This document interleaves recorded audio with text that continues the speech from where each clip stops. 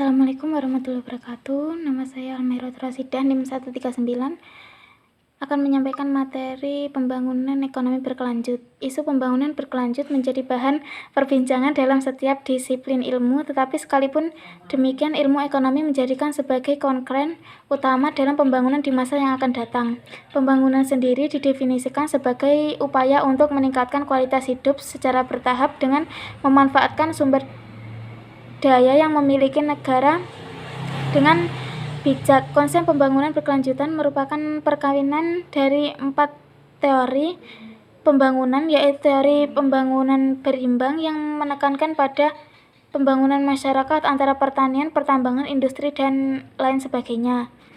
Untuk kondisi terkini, dengan terpilihnya Indonesia sebagai presidensi G20 dalam forum kerjasama internasional yang memiliki posisi strategis karena mewakili sekitar 65% penduduk dunia, 79% perdagangan global, dan 85% perekonomian dunia, menjadi peluang tersendiri bagi Indonesia dalam mencapai kepentingan nasionalnya.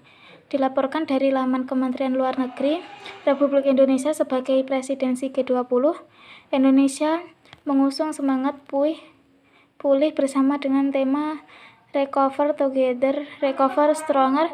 Demi merealisasikan tema tersebut, Indonesia mengusung 3 fokus agenda dalam presidensi G20.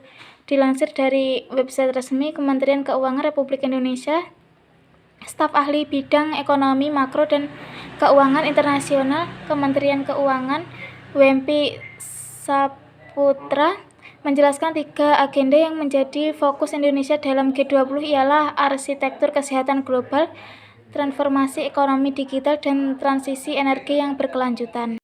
Untuk opsi pribadi, Indonesia merupakan satu-satunya negara anggota ASEAN yang bergabung dalam forum G20. Indonesia juga menjadi kekuatan pasar baru dengan PBD di atas $1 triliun.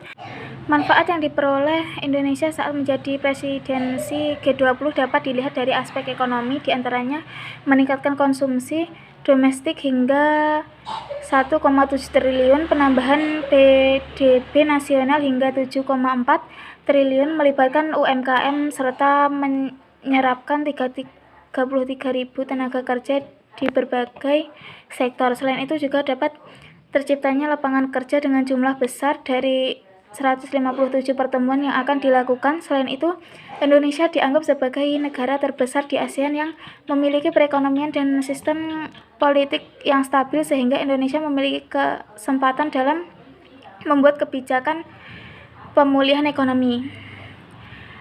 Apabila ekonomi dunia membaik, maka efek lambatnya akan memberikan dampak positif pada Indonesia seperti penerimaan negara, penerimaan pajak, bea cukai, penerimaan negara bukan pajak (PNBD), serta meningkatkan komoditas ekspor. Sekian presentasi dari saya. Kurang lebihnya mohon maaf. Wassalamualaikum warahmatullahi wabarakatuh.